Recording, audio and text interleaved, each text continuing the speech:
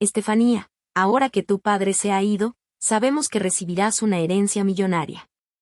Mis padres y yo ya tenemos grandes planes para ella, dijo mi esposo, emocionado, justo cuando regresé del funeral de mi padre. Sin perder tiempo, mi suegra agregó: querida, ya hasta di el anticipo para nuestro viaje a Italia. Va a ser increíble. Y como si eso no fuera suficiente, mi suegro, con una sonrisa llena de arrogancia, añadió: y yo ya elegí mi nuevo BMW. Quedará perfecto en el garaje. Por un momento, me quedé sin palabras. Era surreal escuchar a esas personas hablar de la herencia de mi padre como si fuera suya. Pero entonces, recuperé el aliento y dije con firmeza: no, buitres. No van a tocar ni un centavo de mi herencia. Me miraron con odio e incredulidad, como si acabara de arruinar sus sueños. Pero antes de que pudieran responder, ya tenía un plan calculado. Y, al final, fueron ellos quienes suplicaron perdón cuando di la última palabra. Bienvenidos a Venganza Implacable. Suscríbanse, denle like y activen la campanita para más historias impactantes. Comencemos. Hola, soy Estefanía, y hoy les compartiré una historia que cambió por completo mi vida. Una historia sobre amor, traición y la dulce, muy dulce, venganza del destino. Todo comenzó cuando solo era una chica rebelde criada por un padre superprotector. Desde que perdí a mi madre siendo muy pequeña, éramos solo nosotros dos contra el mundo. Mi padre era de esos que tenía reglas para todo, nada de fiestas hasta tarde, nada de novios sospechosos, y sobre todo, nada de desperdiciar el potencial. Estefanía, solía decir, con sus ojos castaños fijos en los míos: tienes que ser más fuerte que el mundo, porque el mundo no será amable contigo. En ese entonces, yo ponía los ojos en blanco ante sus consejos. Me teñía el cabello de colores diferentes solo para provocarlo, salía con el grupo que él desaprobaba, hacía todo lo que hace un adolescente cuando quiere demostrar su independencia.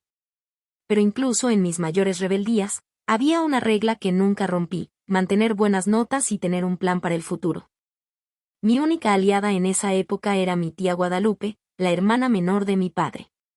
Mientras él veía el mundo en blanco y negro, ella lo pintaba con todos los colores del arco iris. Era en su casa donde me refugiaba después de nuestras discusiones. Tu padre solo tiene miedo de perderte, me decía mientras servía chocolate caliente en las noches en que aparecía llorando en su puerta. Perdió a tu madre demasiado pronto, Estefanía. El miedo a veces nos hace actuar de maneras que no queremos. Poco sabía yo que esas palabras sobre miedo y pérdida volverían a perseguirme años después, en circunstancias que jamás habría podido imaginar. Tan pronto como terminé la preparatoria, conseguí una beca y me fui a estudiar contabilidad en la universidad. Por fin libre. O al menos, eso creía. Fue ahí donde conocí a Felipe, y como toda buena historia de amor que se convierte en pesadilla, la nuestra comenzó como un cuento de hadas. Felipe era todo lo que una chica podría desear: encantador, inteligente, con una sonrisa que iluminaba cualquier lugar. Nos conocimos durante un happy hour en la empresa donde ambos éramos pasantes. Él citó asterisco Casablanca asterisco, yo respondí con otra frase de la película, y listo, era como si nos hubiéramos conocido en otra vida. Eres diferente a las demás chicas, me dijo esa primera noche, con sus ojos brillando de una forma que, ahora entiendo, era más calculadora que apasionada. Tienes algo especial. Caí de cabeza en ese romance. Felipe parecía perfecto, siempre me sorprendía con pequeños regalos, recordaba fechas importantes, se llevaba bien con mis amigos. Pero había señales, pequeños detalles que debería haber notado. Como una pequeña gota de agua que lentamente empieza a formar una grieta, los indicios comenzaron a aparecer. Al principio, eran cosas sutiles. En nuestras salidas, Felipe siempre olvidaba la cartera, pero lo hacía parecer encantador. Amor, puedes pagar por mí. Prometo que luego te lo compenso, decía con esa sonrisa irresistible. Nos casamos 6 meses después de empezar a salir. Mi padre, siempre cauteloso, me llamó a su oficina la víspera de la boda. Estefanía, me dijo, con un tono más serio de lo normal, ¿estás segura? Hay algo en Felipe que me inquieta. Papi, tú te preocupas por todo, respondí, molesta por su eterna desconfianza. Él suspiró profundamente. Solo prométeme que mantendrás tus cuentas separadas de las suyas. Por precaución. Por supuesto, ignoré su consejo. Al fin y al cabo, Felipe y yo éramos almas gemelas, ¿no? El primer año fue mágico. Cenas románticas, fines de semana relajados, planes para el futuro. Vivíamos cerca de los padres de él, Josefina y Gustavo, que al principio parecían adorables. Josefina siempre aparecía con postres caseros y consejos no solicitados. Gustavo contaba chistes y trataba nuestra casa como si fuera una extensión de la suya. Yo lo consideraba lindo. Qué ingenua era. El cambio comenzó cuando conseguí un ascenso en el trabajo. Felipe empezó a comportarse de manera extraña, distante. Una noche, mientras me arreglaba para salir con amigos, soltó la primera bomba. ¿No crees que estás saliendo demasiado? Una esposa debería pasar más tiempo en casa, dijo, con una autoridad en su voz que nunca había notado antes. ¿Desde cuando decides cuánto tiempo paso fuera?, respondí, sorprendida. Él se encogió de hombros, pero sus ojos estaban fríos. Solo digo que la gente comenta. Descubrí después que esa gente eran sus padres. Josefina comenzó a hacer visitas sorpresa, siempre cuando yo estaba trabajando, y dejaba notitas pasivo-agresivas sobre lo desordenada que estaba la casa. Gustavo empezó a aparecer todos los sábados por la mañana, ocupando nuestra sala con sus transmisiones deportivas a todo volumen. Pero el golpe más duro llegó cuando Felipe sugirió que tenía más sentido que él manejara nuestras finanzas. Amor, trabajas tanto. Deja que yo me encargue de eso, dijo, con esa sonrisa que antes me derretía, pero que ahora comenzaba a darme escalofríos. Como una rana que es hervida lentamente, no me di cuenta de que estaba siendo cocinada viva hasta que fue demasiado tarde. Felipe asumió el control total de nuestro dinero. De repente, tenía que pedir permiso para comprar cualquier cosa, mientras él hacía gastos absurdos sin consultarme. Lo peor. Sus padres se habían convertido en sanguijuelas financieras oficiales.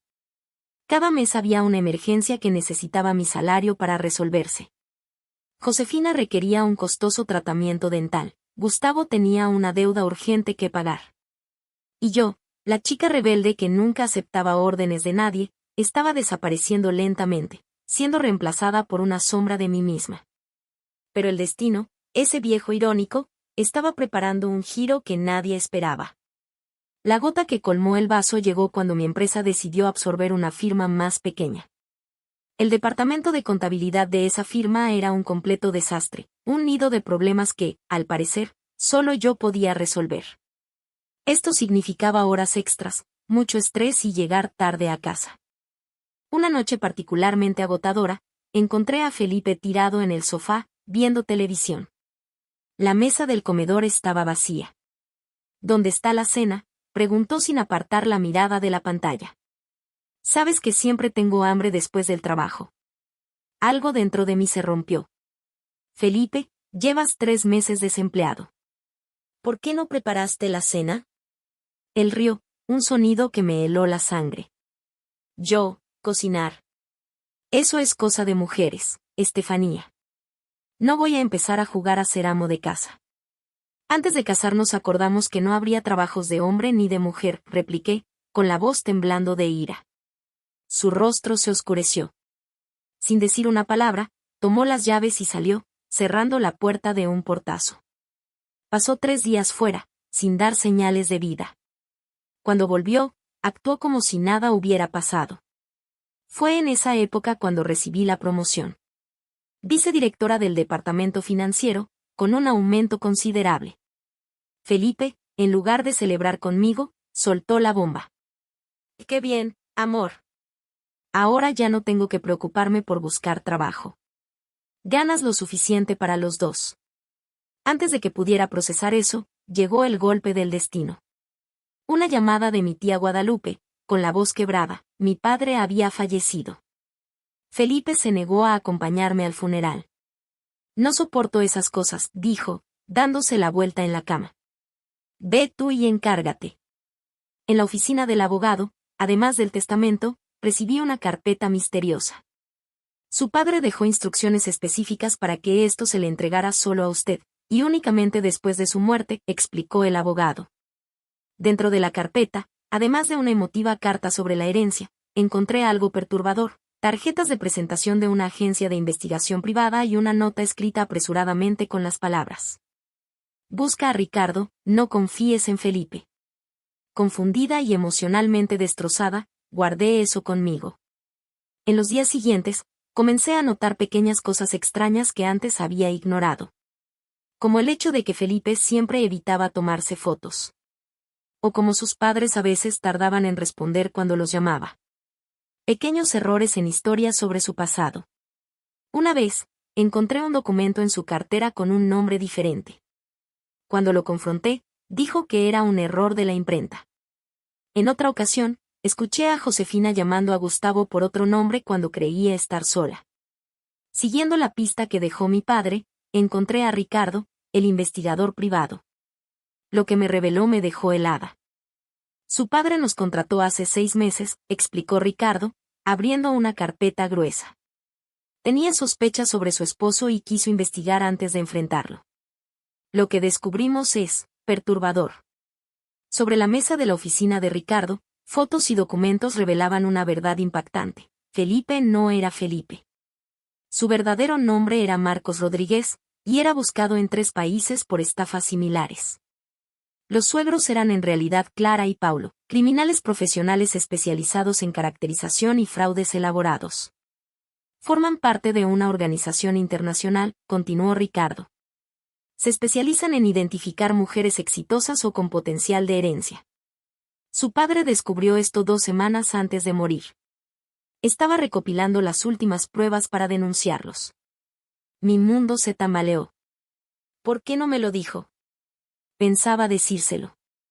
Había programado una cena con usted esa noche, la noche en que murió, completé, mientras un escalofrío recorría mi espalda. Su padre tuvo un accidente automovilístico muy conveniente, dijo Ricardo con cautela. También estamos investigando eso. Decidí preparar un espectáculo digno de los estafadores que eran. Esa noche fatídica, monté la escena perfecta. Abrí un vino caro que tanto les gustaba y fingí entusiasmo con sus planes.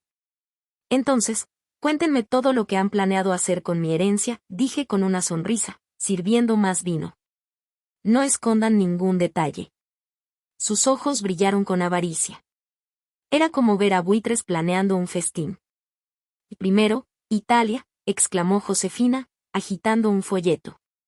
Ya reservé la villa más lujosa de la costa amalfitana. 3 meses de puro lujo. Y después, París, completó Gustavo, ya tengo incluso la dirección de la joyería donde compraré ese Rolex que siempre quise. Felipe, más emocionado que los demás, sacó su laptop.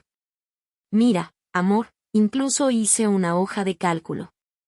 100.000 para viajes, 80.000 para el yate con el que siempre soñé. ¿Yate?, pregunté, fingiendo sorpresa. Pensé que tenías miedo al agua. Él dudó por un segundo. Ah, sí, bueno, superé ese miedo. Claro que lo superaste, Marcos. ¿Qué me llamaste?, preguntó Felipe, su voz temblando ligeramente. Marcos Rodríguez, respondí, mientras abría una carpeta sobre la mesa. ¿O prefieres Antonio Silva? ¿Jorge Méndez? ¿Cuántos nombres has usado ya? Los 3 se entreolaron rápidamente. Años de entrenamiento en disimulación evidentes en sus expresiones cuidadosamente controladas.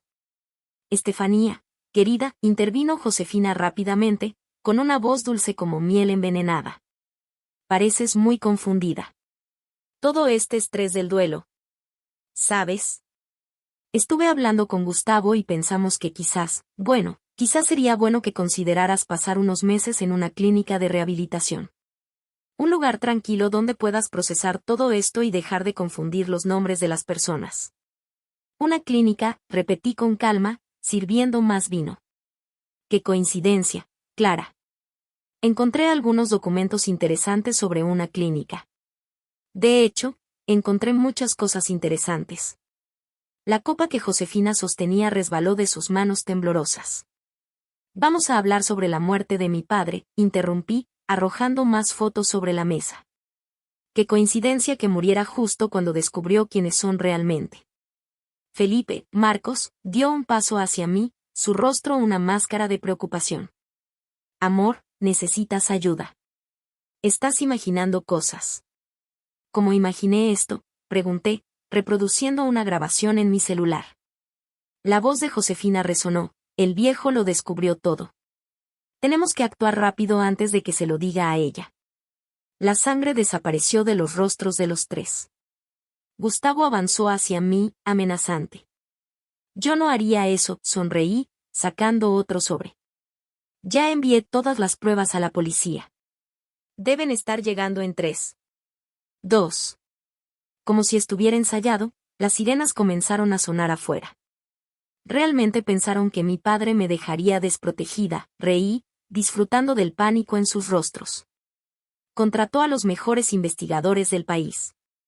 Sabemos de cada estafa, cada víctima, cada centavo robado. Felipe intentó correr, pero la casa ya estaba rodeada. En cuestión de minutos, los tres estaban esposados. Estefanía, gritó Felipe mientras lo llevaban. ¿De verdad te amaba? No, Marcos, respondí con calma. Amabas la idea de mis $250,000. Ah, y sobre ese plan de matarme después de conseguir el dinero. Pésima idea.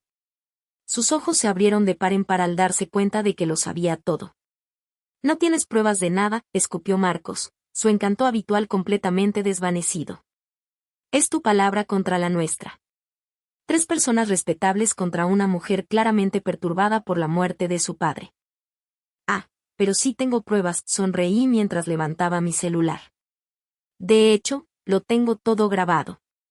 Incluyendo su conversación de hace 3 días sobre cómo sería más limpio drogarme y simular un suicidio en esa clínica, ya que el accidente del yate podría levantar sospechas.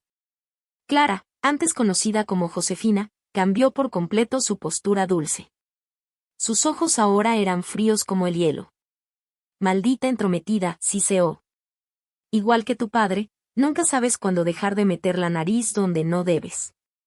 Hablando de mi padre, continué con calma, aunque la rabia me quemaba por dentro, ¿realmente creyeron que podrían encubrir el sabotaje de su coche? Los investigadores que él contrató son muy competentes. Incluso encontraron huellas dactilares. Paulo, el falso Gustavo, avanzó hacia mí, pero se detuvo al escuchar las sirenas acercándose. ¿Saben qué es lo más patético?, pregunté mientras me servía la última copa de vino. Eran tan arrogantes, tan seguros de que yo era una idiota, que ni siquiera se dieron cuenta de que pasé el último mes recopilando pruebas. Cada conversación suya fue grabada. Cada plan documentado. Cada transferencia bancaria rastreada. Las puertas se abrieron de golpe. Policías irrumpieron en la sala. Estefanía, gritó Marcos mientras lo esposaban. ¿De verdad te amaba? No, amabas esto, respondí, arrojándole los extractos bancarios en la cara. Y ya que te gustan tanto los números, aquí tienes uno, 25 años. Es la pena mínima por homicidio premeditado en primer grado. Disfruten su viaje, pero no será a Italia, será a prisión federal. Clara aún intentó un último intento desesperado, no sobrevivirá sin nosotros. ¿Quién va a cuidarte? Reí, una risa genuina por primera vez en meses. ¿Saben algo? Mi padre siempre decía que era demasiado fuerte para mi propio bien. Creo que tenía razón. Mientras se los llevaban, pude escuchar a Clara gritando sobre la villa en Italia, a Paulo maldiciendo por el Rolex, y a Marcos, bueno, Marcos finalmente se quedó en silencio. Esa noche, sentada sola en casa, abrí una botella de vino, una mucho mejor que la que les había servido a ellos, e hice un brindis silencioso por mi padre. Han pasado 6 meses desde esa noche. El juicio fue rápido, las pruebas eran irrefutables. Se descubrió que la familia Feliz había dejado un rastro de destrucción por toda América Latina. 7 mujeres asesinadas, todas con el mismo patrón, herencia, matrimonio, accidente. Durante el juicio, otras víctimas que habían sobrevivido comenzaron a aparecer. Una de ellas me buscó, Mariana, de Chile. Su padre también había muerto misteriosamente después de empezar a sospechar de su novio. Hiciste lo que yo no tuve el valor de hacer, me dijo, tomando mis manos. Ellos habrían continuado si no los hubieras detenido. La sentencia fue ejemplar. Marcos recibió 30 años por homicidio premeditado y fraude. Clara y Paulo, 25 años cada uno, sin derecho a libertad condicional. El último día del juicio, Marcos intentó una última manipulación. Estefanía, aún podemos arreglar todo. He cambiado, te lo juro. Simplemente sonreí y respondí, ¿sabes, Marcos? Tenías razón en algo, realmente necesitaba terapia. Para entender cómo pude ser tan ciega durante tanto tiempo. Pero ahora estoy mejor que nunca. Utilicé parte de la herencia para crear una fundación en honor a mi padre, especializada en investigar fraudes financieros y ayudar a mujeres que han pasado por situaciones similares. ¿Y la otra parte? Bueno, digamos que finalmente hice ese viaje a Italia, sola y libre. La semana pasada, recibí una carta desde la prisión. Marcos suplicaba perdón, decía que había encontrado a Dios y que estaba arrepentido. Junto a la carta, un pedido, que si podía depositar algo de dinero en su cuenta. Reí tanto que el café se me salió por la nariz. La carta se convirtió en confeti en la fiesta de inauguración de la fundación. Mientras observaba a las mujeres allí reunidas, todas supervivientes como yo, me di cuenta de que a veces es necesario pasar por el infierno para descubrir nuestra verdadera fuerza. Hoy, cuando me miro en el espejo, ya no veo a esa chica rebelde que se teñía el cabello para provocar a su padre. Veo a una mujer que honró su legado de la mejor manera posible, protegiendo a otras de vivir lo mismo que yo. ¿Y ese dinero que tanto querían? Está haciendo justo lo que debe, transformando tragedias en esperanza, y dolor en propósito. ¿Sobre el romance? Bueno, digamos que ahora me aseguro de pedir antecedentes penales antes de la primera cita. Si estás viendo esto y te identificas con alguna parte de mi historia, recuerda, a veces lo que parece amor no es más que una trampa bien elaborada. Pero también recuerda, eres más fuerte de lo que imaginas. Y, papá, donde sea que estés, gracias por nunca dejar de protegerme, incluso cuando yo no sabía que necesitaba tu protección. Gracias por escuchar la historia hasta aquí. Ahora, me encantaría escuchar lo que piensas sobre esta historia. Deja tu comentario abajo, comparte tus impresiones y opiniones. Suscríbanse al canal y denle like al video para conocer las próximas historias.